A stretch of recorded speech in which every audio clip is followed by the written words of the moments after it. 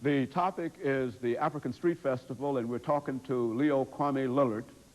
And before we had our break, we were talking about some things that had to do with the African Street Festival. And of course, you've indicated a number of social and economic issues that are generally connected with that. But let's say something about education over the next few minutes that we have dealing with that. And I know that you've been involved with a number of things that are not exactly connected with the African Street Festival, but I think that they are certainly worthy of note this morning. And let's have you to say something about what you're trying to achieve in the Hunters Lane book project. Okay. In 1980, when we made the court order part of the educational process here, and they required the high schools to offer a class in African American Studies, the school board bought a book in 1980, was published in 1969.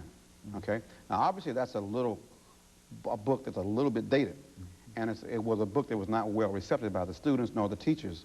Since that time, there have been new books published. There's a book that's out now, published in 1994, by an African American publishing company, and we know that this book is used right now by Jackson, Tennessee, and Chattanooga, Tennessee, and Atlanta. Excellent book for high school level classes. This book we're going to try and collect money for, a book drive. Yesterday we collected money for this book. We're asking the Nashville public to come by and support purchasing this book for the Hunters Lane and the other high schools. It's going to take about $900 to buy the books for all the high schools. We would expect you to come by today and give us a contribution to the effort to buying these new books, published in 1993 with excellent contemporary issues, graphics, and excellent exercises in it. So we want the public to be aware that this book drive is going on today as it did yesterday. Please come by and support the Hunters Lane textbook drive. Well, you know, I found that to be very, very curious in the sense that the question might be asked, why should the citizens publish a book, purchase a book for a public high school situation?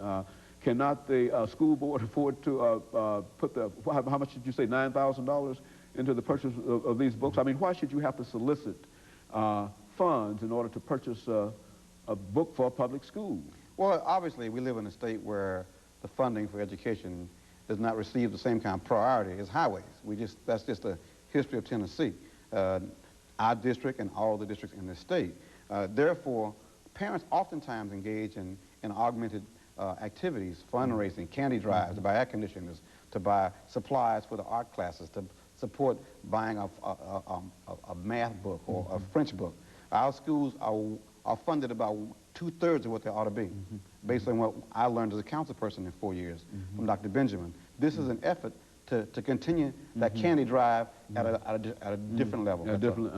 Yeah, I was only curious about that because I thought that the purchase of textbooks would generally fall within the purview of the budget. And of course, you know, well, when you have a budget, you start planning in to purchase textbooks and whatnot. Well, I don't have to tell you that the suburban schools that are controlled by middle-class white communities have $40,000 in some of their PTA accounts, and that money for surely was raised through private efforts, through volunteer efforts, through corporate solicitations.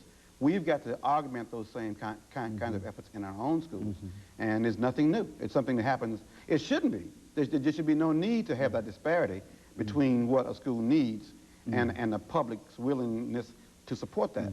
But the fact of the matter is that our schools need a great deal of financial support outside of the normal budgetary process. And so as part of the African Street Festival, you've got a booth that will be set up. Right in the front, as you come in the front this morning, you'll see a booth with the Hunters Lane students right there asking you to give donations so they can buy now, how much do you need in total for about $900 per high school. About $900 per high school, and you're dealing with how many high schools? 12 high schools, and so you need quite a bit of money to deal with that. Exactly. And this is one of the several projects that you have, or is this the major project for that fundraising? For the festival this morning and this weekend, that is the primary educational effort that we have.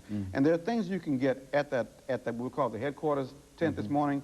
A lot of giveaways, a lot of free information, and of course entertainment is stellar. We have the drumming and the dancing and the storytelling, and we have every kind of black music there is. The whole spectrum, from reggae to gospel, to blues, to jazz, R&B, to rap, of course. Rap is very important, but it's very positive hip-hop rap.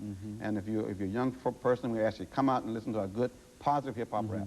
Now, again, where will this be located? This is located on Hyman Street and 28th Avenue. Of course, the name's been changed to Ed Temple Boulevard, but it's right across from Schrader Lane, Church of Christ, or right next to the Church of God on Hyman Street. Parking is available. It's a large area that's Parking open is there. always available on the public streets and on some parking lots near. Of course, you can't park in Schrader Lane Church this morning because it's Sunday morning. But there are parking lots available. We have an MTA trolley to pick you up if you park at TSU parking lots and take you to the festival and back. And this is the 13th annual festival, African Street Festival. And this is sponsored by the African American Cultural Alliance. And I would imagine over these last few seconds that we have, you would encourage the same kind of attendance that you had yesterday. We understand that it was an exceptional attendance yesterday. Wonderful attendance. There's no football game at TSU, and we expect a major crowd as we had yesterday.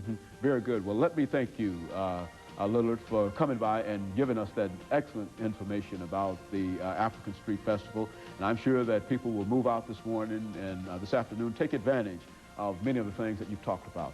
And again, let me encourage you to tune in again next week for another informative edition of Comments. Thank you and good morning.